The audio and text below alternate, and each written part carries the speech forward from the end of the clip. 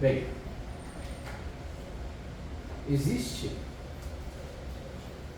algo que impede a igreja de crescer. Existe algo que impede que nós possamos crescer. Eu vou pedir que vocês abram em 2 Coríntios capítulo 2, mas a mensagem, o texto da mensagem não é esse, mas esse é o texto da minha breve introdução. 2 Coríntios capítulo 2,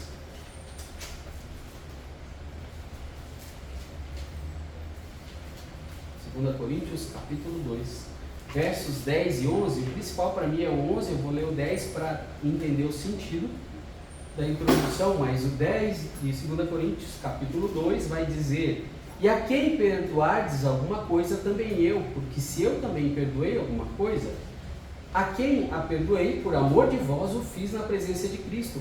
E aqui está onde eu quero chegar, para que não sejamos sobrepujados por Satanás, porque não ignoramos os seus ardis.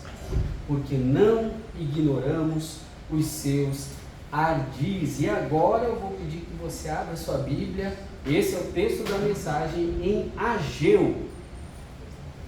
Profeta Ageu. Terceiro livro ao contrário. Então,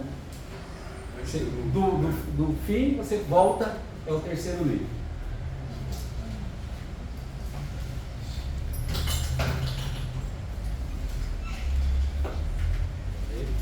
Antes de Zacarias. Antes de Zacarias. Deixa eu começar dizendo que o único desígnio de Satanás é ferir a causa de Deus. O desígnio de Satanás é ferir a causa de Deus. E por isso que eu pedi que os irmãos lessem 2 Coríntios capítulo 2, porque nós não podemos ignorar os ardis dele. Nós não podemos ignorar, porque o trabalho dele, ele vai usar todas as armas que ele tem para atrapalhar a obra de Deus. Ele vai fazer de tudo, ele vai fazer o que for necessário. O que for necessário. Chegaram lá em Ageu? Todo mundo chegou em Ageu? Sim. Capítulo 2. A mensagem vai se concentrar no capítulo 2, nos versos de 1 a 9. Agora eu vou pedir novamente que se coloquem em pé para nós lermos esse trecho juntos. Capítulo 2, versos de 1 a 9.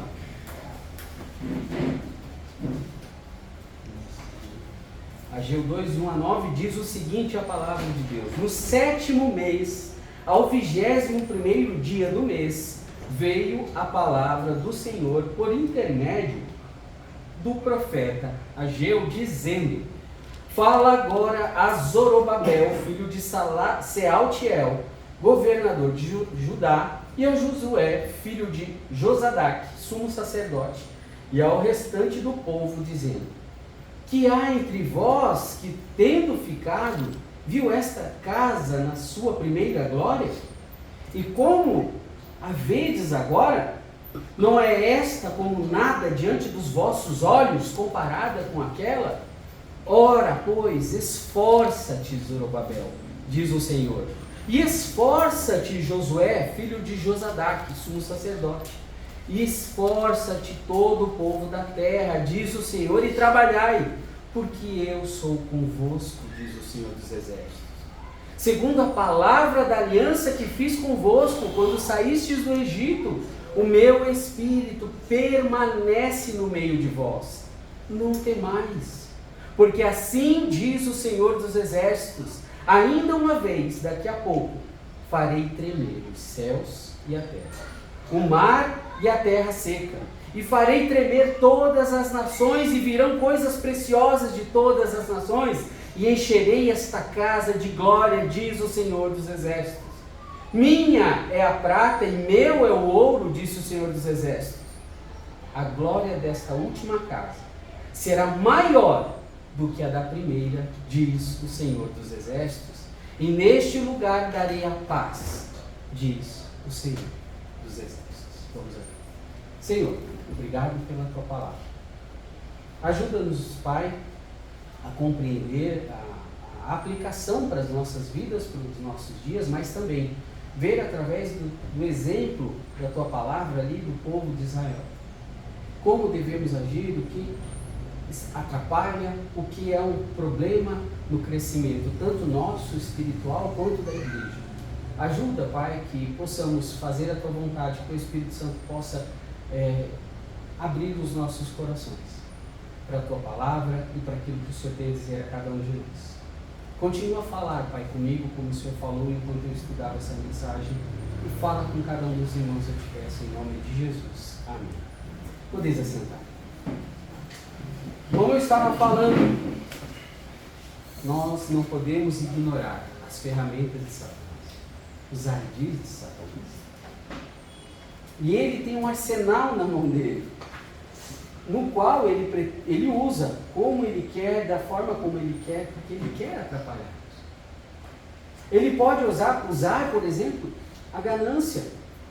Quando ele nos instiga por algo, a buscar algo, a ponto de queremos tanto uma coisa que a gente coloca Deus em segundo lugar. A ganância é algo que ele usa. Faz com que o nosso coração deseje muito mais outra coisa qualquer do que Deus, do que a glória de Deus, do que a vontade de Deus. E nós temos que estar atentos. Ele pode usar a raiva também. Ele instiga uns contra os outros. Eu estava observando os dois cachorros aqui da rua e me recordou até, quando eu era garoto, nós tínhamos 2 cachorros. E eu não sei se você já fez isso quando você era jovem, mas eu fazia isso muito, era terrível. Quando 2 cachorros ameaçavam se desentender, o que o garoto faz? Para que eles briguem. O menino quer ver o cachorro brigar, quer ver ali o couro comer, o negócio ficar feio. Claro, a gente amadurece e não faz mais esse tipo de coisa. Mas é isso que ele faz, ele coloca situações para que a gente às vezes cometa erros, falhe, faça coisas e às vezes até uns com os outros ou até com pessoas de fora, e a gente precisa estar atento a esses ardis de Satanás, porque ele vai usar tudo. Ele vai usar malícia, ele vai usar falsas acusações, falando, criando coisas, às vezes boatos e qualquer outra coisa a respeito de qualquer um. E isso pode se tornar um grande problema. Ele vai usar a luxúria, os desejos malignos, a tentação de vingança por causa da falta do perdão. Mas o ponto principal da mensagem hoje não são essas armas que ele usa. Não são essas armas. Spurgeon, numa mensagem dele, em 5 de setembro de 1886, um sermão dele, ele disse o seguinte: Satanás está sempre fazendo o máximo para impedir a obra de Deus. Ele impediu esses judeus de construírem um templo, e hoje ele se esforça para impedir o povo de Deus de espalhar o Evangelho. Um templo espiritual deve ser construído para o Altíssimo, e se de alguma forma o maligno puder atrasar o seu levante, ele não se apegará a nada se ele puder nos impedir de trabalhar com fé e coragem para a glória de Deus. Ele fará com certeza isso. Ele é muito astuto e sabe como mudar seu argumento e ainda assim manter o seu desígnio. Pouco se importa com o modo como trabalha, desde que possa prejudicar a causa de Deus. Isso Spurgeon falou lá nessa mensagem dele. De todas as armas, as ferramentas do arsenal de Satanás, a que eu acredito que é a mais afiada, a que mais tem sucesso, é o desânimo. É o desânimo. Se ao menos ele conseguir fazer com que os santos se desesperem em seus esforços, então a sua batalha será vencida. Se ele conseguir colocar no nosso coração e na nossa mente a ideia de desistir. Pastor, assim, desenho, eu não entendi qual é a palavra. Desmênio? Desânimo. Desculpa. Pode ser o ventilador aí que atrapalha. se Ele conseguir colocar no nosso coração o desânimo, a ideia de eu não vou conseguir, não vai dar certo, não vai chegar lá. Isso é um problema. Isso é algo muito sério. E Ele vai fazer isso. Decepção, desânimo é o tema dessa passagem. O povo de Israel, durante o ministério do profeta Ageu, ficou desapontado e desanimado. Com o quê? No capítulo 1, eles são chamados de egoístas e negligentes. Por quê? Porque eles estavam construindo casas apaineladas e esquecendo o templo. O meu templo está sendo deixado de lado e vocês estão morando em casas apaineladas. Então, o que acontece? Aí o povo volta e escuta quando ele é chamado a atenção. Em 586, os babilônicos invadiram Israel. Eles levaram o povo para a Babilônia como cativos. Os babilônios destruíram o templo de Salomão em Jerusalém. Após 50 anos, algumas pessoas foram autorizadas a retornar a Israel. Quando chegaram, iniciaram o processo de reconstrução do seu templo. A obra foi interrompida pouco tempo depois por causa da oposição dos samaritanos. Por isso também eles odeiam os samaritanos. Durante 16 anos o templo permaneceu inacabado e por isso teve a repreensão no capítulo 1. Então Deus levantou o profeta Ageu para chamar a atenção do povo de volta à tarefa de reconstruir. Aí, como eu acabei de falar, o povo respondeu e voltou a construir novamente. Mas depois de um pouquíssimo tempo, eles novamente começaram a desanimar e a desistir, conforme a gente leu ali. Eles ficaram desapontados com o templo que estavam construindo e desanimados com o trabalho que estavam fazendo. Ageu lhes escreve para desafiá-los e encorajá-los a prosseguir. E é essa mensagem que será aplicada hoje. Aí eu pergunto, você já se sentiu desanimado?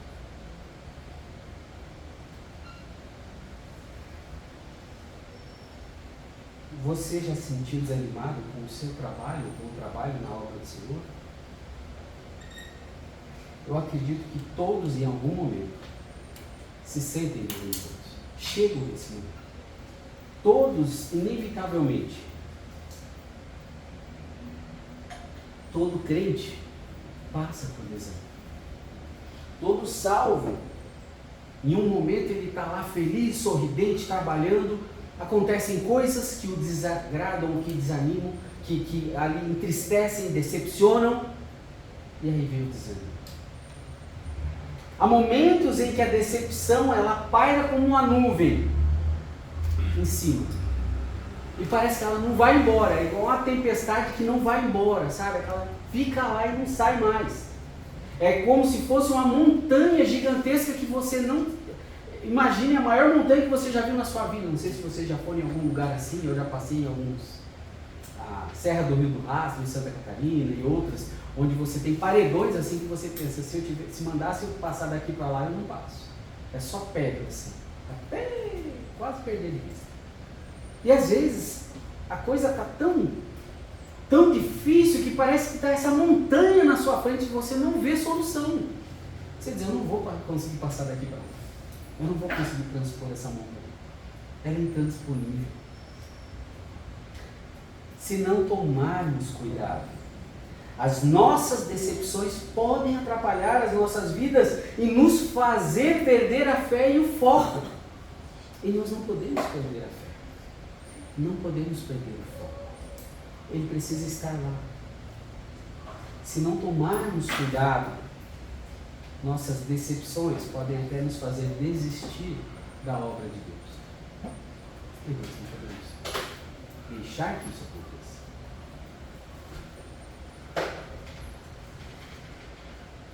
As lições ensinadas aqui, nesse trecho, podem nos ajudar quando estamos dominados pela decepção e querendo desistir. E o título da mensagem, Superando o Gigante do Desânimo. Superando o Gigante do Desânimo. Aí eu vou tratar agora, nessa primeira parte, sobre as causas do desânimo. As causas do desânimo. As razões para a nossa decepção, ou para a decepção do povo de Israel ali eram muitas. Só que a maioria delas, ela girava em torno da memória ruim deles, porque eles estavam olhando e lembrando da forma errada. Eles estavam vendo o copo vazio. Meio vazio. Eles estavam olhando para o copo meio vazio. As causas do desânimo, elas podem ser, olha lá o verso 3, a parte A. As causas do desânimo. Quem há entre vós que, tendo ficado, viu esta casa na sua primeira glória? Ageu, ele profetizou em 520. O templo tinha sido destruído em 586. Eu não sei se, acredito que todos talvez aqui entendam que as datas, elas são decrescentes até o ano zero. 586, 576, 566 e por aí vai até chegar em 520, ou seja, só em 520 que Ageu vai fazer as profecias dele. Ou seja, 66 anos desde que o templo de Salomão tinha sido destruído. Certamente houve algumas pessoas entre os judeus que viram o primeiro templo, aquele construído por Salomão. Aí eles olharam para aquilo que eles estavam fazendo e pensaram, olha, nem se compara com o que a gente viu com o primeiro templo. Algo maravilhoso, coberto de ouro, as paredes todas de ouro. Olha o que a gente está fazendo aqui. Será que vale a pena a gente continuar investindo nessa obra? Será que vale a pena? Porque eles lembravam da glória, eles lembravam dessas paredes, eles lembravam do esplendor, da beleza, era de tirar o fôlego. Lembra que quando ele foi dedicado, quanto de animais foram sacrificados lá?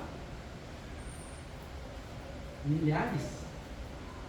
Em sacrifício a Deus para inaugurar aquele belo templo. E agora eles voltam para uma cidade que estava sendo reconstruída, para um templo que não era nem a sombra daquilo que eles viram um dia. Aí eles relembraram aqueles dias de glória. Ai, a glória de Deus enchia o templo e agora não. As mesmas pessoas olharam para o templo que estavam construindo agora. Isso parecia uma vergonha para elas. Parecia uma vergonha. Parecia tão pequeno e tão pobre comparado ao maravilhoso templo que havia sido construído e depois destruído por Nabucodonosor. Essas pessoas olharam para trás e se lembraram do passado. Lembrar do passado nem sempre é ruim, mas escolher viver no passado, isso não é bom. Viver da glória do passado não é bom. Nunca é bom. Porque viver no passado diminui o seu presente. Se você olha para o seu passado, puxa, era tão bom, era maravilhoso aquilo, e agora, o que é agora? Não é nem sombra. A igreja que eu congregava, ou a minha vida espiritual, era tão bom, e aí você acaba negligenciando o seu presente. Você negligencia o amor. Mas o passado passou, ficou para trás. Você tem que pensar de hoje para lá, para frente, avançando.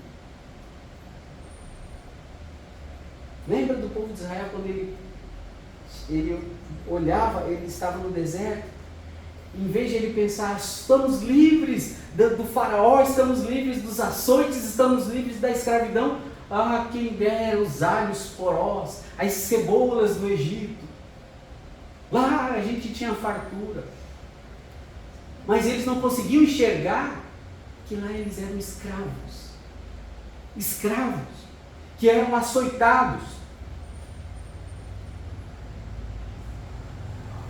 Às vezes, estamos tão ligados ao passado que não temos interesse no futuro. Essa é aquela expressão, quem vive de passado, é museu. Museu vive de passado. Queremos apenas as coisas como costumavam ser e não temos interesse nas coisas como são agora. É o famoso saudosismo, mas negativamente falando. A memória, ela é uma coisa boa se você lembrar das coisas certas. Para esses judeus, a memória tornou-se uma maldição, porque eles não só se lembraram do passado, como escolheram viver lá. Eles escolheram viver no passado, na glória do passado.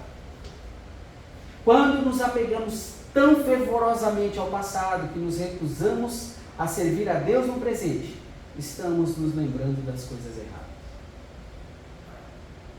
A memória está errada. Então, as causas do desânimo, a primeira, as coisas que lembramos no verso 3, mas nos versos 4 e 5, as coisas que esquecemos. Versos 4 e 5. Ora, pois, esforça-te, Zorobabel, diz o Senhor, e esforça-te, Josué, filho de Josadaque, sumo sacerdote, e esforça-te, todo o povo da terra, diz o Senhor, e trabalhai, porque eu sou convosco, diz o Senhor dos exércitos. Segundo a palavra da aliança que fiz convosco, quando saístes do Egito, o meu espírito permanece no meio de vós, não temais. Nesses versículos, Deus nos lembra que Ele esteve com eles no passado. Deus estava com eles lá no passado, e por que Ele não estaria agora? Mesmo você e eu, quando não tínhamos a Cristo como Senhor e Salvador, Ele sabia que um dia viríamos a crer. Às vezes as pessoas pensam, por que será que eu escapei desse acidente? Por que será que eu escapei de coisas? Era para eu ter morrido. Mas Deus tinha um propósito. Deus sabia que lá na frente, você ia escolher. Você ia aceitar. Não é que Ele ia te forçar, não é o calvinismo aqui. Mas é a presciência de Deus. E na sua presciência, Ele cuidou de você. E Ele te levou até o dia que te apresentaram o Evangelho, e você ouviu, entendeu e creu. Foi o que Ele fez. Ele estava lá quando eles cruzaram o Mar Vermelho. Ele foi o autor de todos os grandes milagres que abrilhantam o passado de Israel. E eles esqueceram disso. Ele sempre esteve com eles. Ele esteve lá durante os dias de glória do templo de Salomão. Ele sempre esteve lá. E ele ainda se lembrava das promessas e alianças que havia feito com eles 900 anos antes. Porque Ele fez alianças. Ele fez pactos com eles. Ele prometeu que um dia Israel ia possuir aquela terra inteira. Que um dia sentaria um rei lá que iria governar para sempre. Deus não esquece das promessas que Ele faz para mim e para você. Nós não podemos esquecer como eles esqueceram.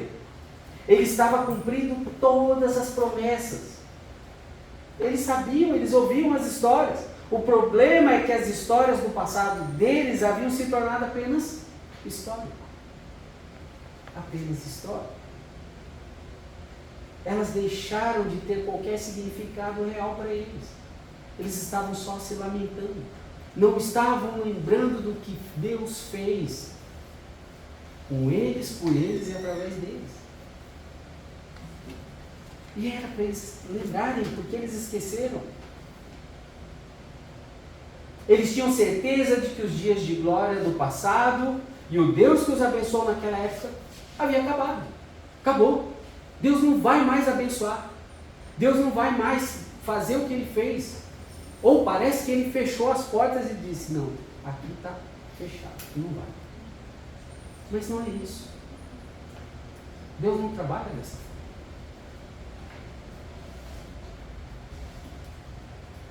Então, Deus diz para eles, lá no verso 4, o meu Espírito está entre vós.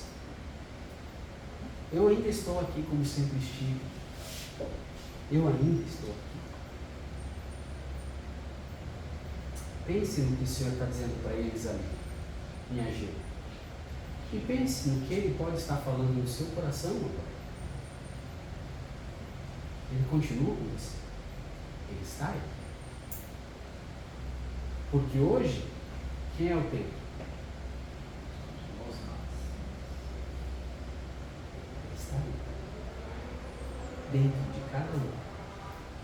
Ele nunca vai sair. Ele nunca vai te deixar. Os propósitos dele continuam lá. O problema aqui deles é que eles apegados no passado, é como se Deus estivesse dizendo para eles: Abraão se foi, Moisés já morreu, Davi também, Salomão se foi. Foram meus servos, me obedeceram, me serviram. Mas quem é o principal? Deus. Só que eles se apegavam ao passado e esqueciam disso.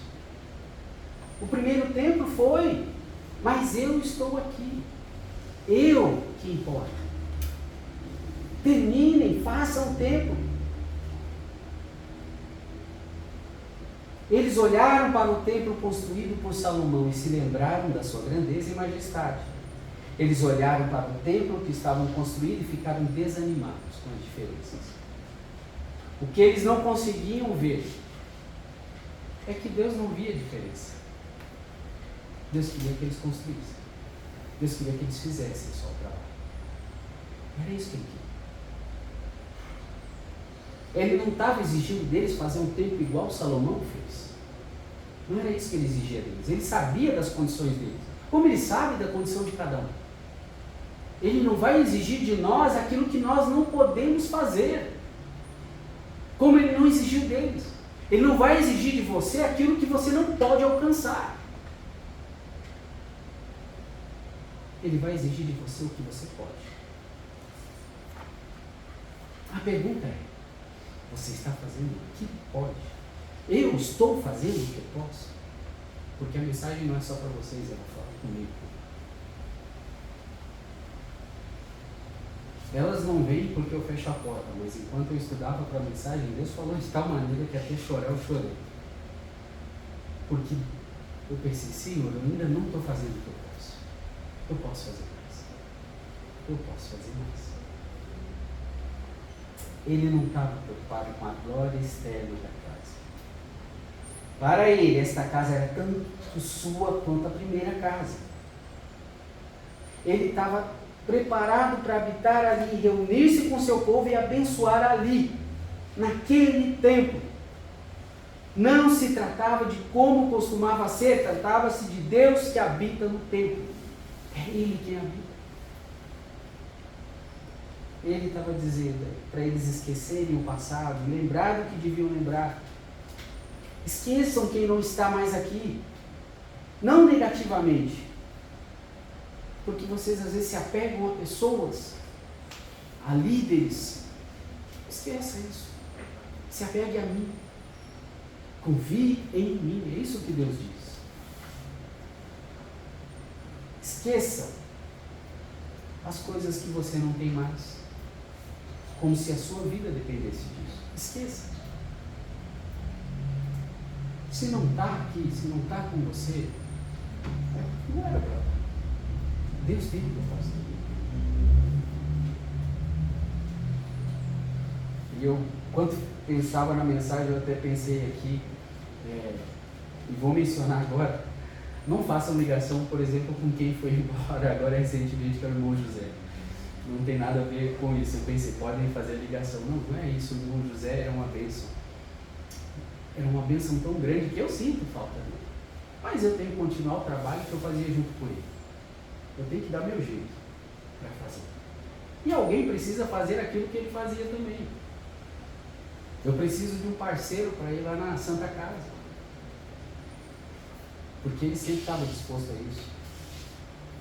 Mas a ideia não é essa, não é se apegar nesse sentido.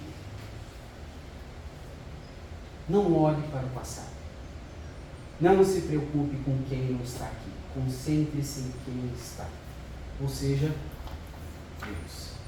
Concentre-se em Deus. Não se deixe intimidar por circunstâncias assustadoras. O Senhor nunca nos abandonou e nunca vai nos abandonar, como Ele não abandonou a nação de Israel. Essa é uma lição que eles precisavam ouvir e é uma lição que também eu e você precisamos. Muitas vezes nós caímos na mesma armadilha. Olhamos como as coisas eram, esquecendo do Deus que ontem ainda está aqui, hoje Ele está aqui e amanhã também estará. Nosso dever é desapegar do passado e avançar para o futuro.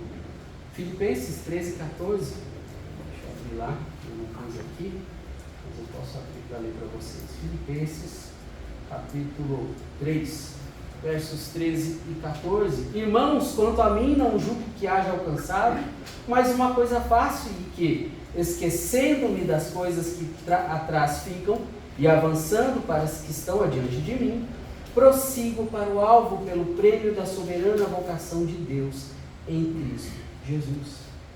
Qual é o nosso alvo? Qual é o seu alvo? As causas do desânimo podem ser as coisas que lembramos, as coisas que esquecemos, mas também lá no capítulo 3, na parte B, as comparações que nós fazemos. Capítulo 3, a parte B. Quando na parte A ele fala que é entre vós, tendo ficado ver esta casa na primeira glória, a parte B é, e como a vedes agora, não é esta como nada diante dos vossos olhos, comparada com aquela? Deus faz essa pergunta para eles. Como vocês estão vendo agora? Não está aos seus olhos essa casa aqui como nada? Porque os mais velhos choravam, os mais antigos olhavam para aquilo que eles estavam fazendo assim, não vale a pena trabalhar, não vale a pena me esforçar, não vale a pena me dedicar, porque não vai ser a mesma coisa, não vai chegar onde chegou a outra.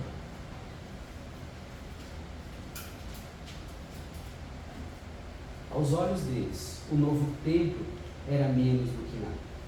Parecia que não valia a pena o seu tempo e a sua energia. Eles odiavam e não queriam nada com isso. Se não tivermos cuidado, também nós seremos apanhados no erro da comparação. E quando nós fazemos, pode ser fácil ficar desapontado. Quando a gente compara o hoje com o passado, com coisas que você viu, ou até com coisas que você vê em outros lugares, você vai ficar desapontado se fizer comparação. Pense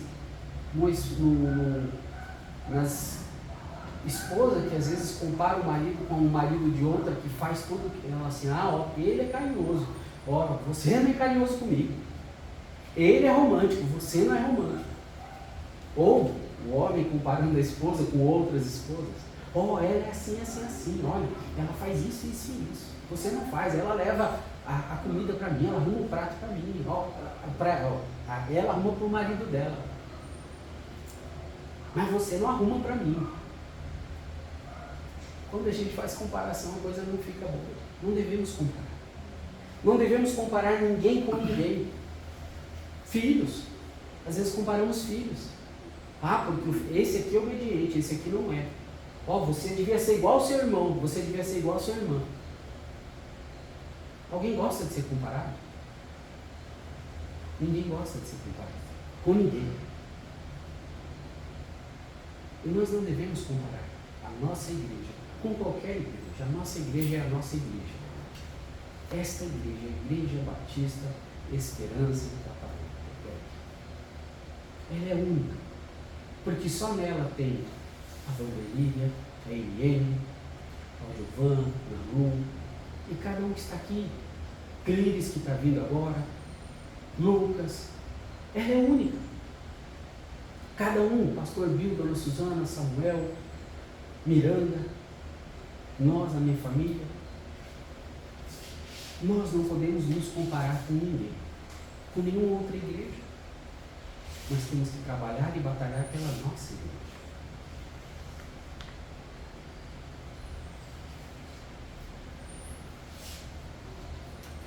Eu não sei se vocês já viram um filme, já viram aquele filme eu até coloquei lá no Google para aprender a pronúncia, se eu pronunciar errado, é porque eu não sei pronunciar direito mesmo.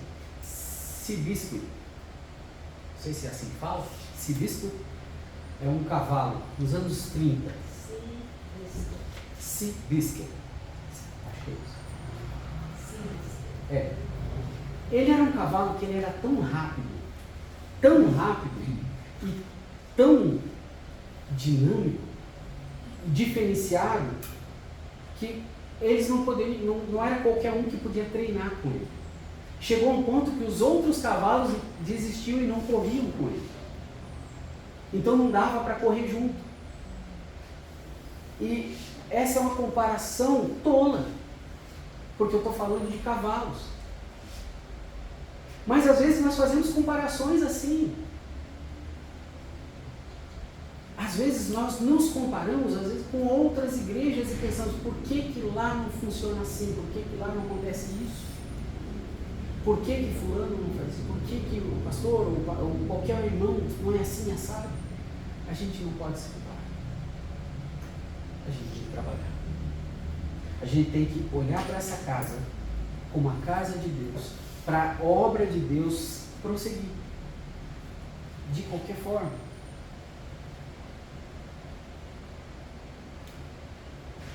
É tolice fazer comparações, porque somente Deus está qualificado para fazer comparações adequadas. Lembra de Pedro? Quando Cristo fala com ele, Pedro, tu me amas? Ele fala, sim, Senhor, eu te amo. Pedro, tu me amas? Aí no final dessa conversa ele aponta para João, e esse? O que vai ser? O que Jesus fala para ele? Não tem nada a ver com ele. O que vai acontecer com ele não é, eu estou parafraseando, mas é mais ou menos o que ele disse. O que vai acontecer com ele, não se compare com ele. Você é Pedro, ele é João. Cada um tem um traçado, cada um tem um caminho. Faça o seu. Faça a sua parte. Dedique-se você a Deus. Eu venho falando para as minhas mães, não se compare. A minha mãe falava uma frase muito interessante, eu sempre achei difícil. Não se compare aos comparados. Já ouviu isso, essa frase? Eu nunca entendi muito bem a frase por completo, mas eu entendi que não era para me comparar com meu irmão. Ah, porque meu irmão é assim. E eles faziam essa comparação com os templos. Eles olhavam para aquele, não, esse templo aqui não vale a pena trabalhar com ele. Isso apenas nos lembra que Deus não é obrigado a nos tratar como trata os outros. Ele não é obrigado a nos abençoar ou usar-nos para qualquer coisa. Se ele decidiu fazer de uma forma com igreja A, com igreja B, com igreja C, ele decidiu. Ele tem um propósito para esta igreja. Qual é? Não sei. O nosso dever é trabalhar. Como vai acontecer as coisas? Também não sei. Deus sabe. O nosso dever, o meu dever, é trabalhar. Ele certamente não está obrigado a fazer por nós hoje o que ele fez no passado.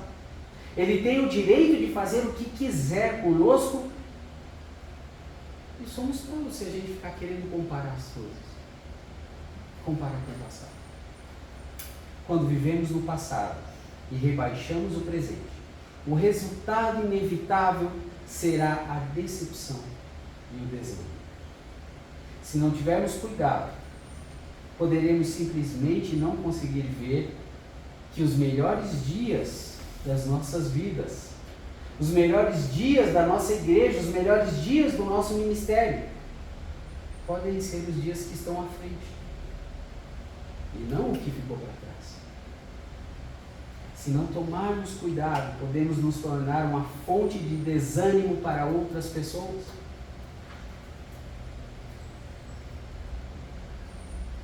Se não tivermos cuidado, podemos ser tão desanimadores quanto aqueles lá de Israel, quanto aqueles judeus que estavam desanimando uns aos outros na construção do templo.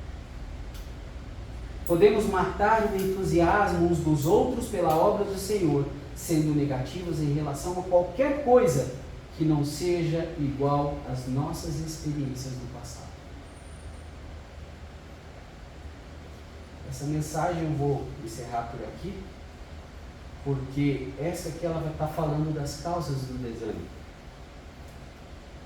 Na próxima quinta, a gente vai falar sobre a cura. Como curar o desânimo. Aqui hoje eu tratei as causas. Mas que possamos olhar para nossas vidas, entender e observar, eu estou desanimado? Eu estou olhando as coisas da forma errada? Se eu estou, nós devemos orar e pedir: Senhor, me ajude. Me ajude a não comparar, me ajude a não desanimar. Eu não desanimar e não desanimar os outros. A mostrar a alegria e trabalhar. Vamos nós trabalhar, como disse eu. Não importa o que aconteça. Amém? Vamos orar. Senhor, obrigado pela tua palavra. Obrigado pelos exemplos que nós temos através do teu povo Israel no Antigo Testamento.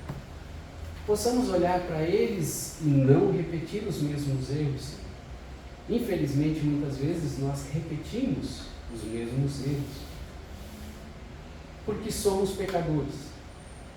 Então nós te pedimos perdão, Pai. Ajuda-nos a compreender a tua perfeita vontade e a fazer a tua vontade. E que o Senhor seja glorificado em nossas vidas e nessa igreja. É o que eu peço em nome de Jesus. Amém. Irmão, por favor.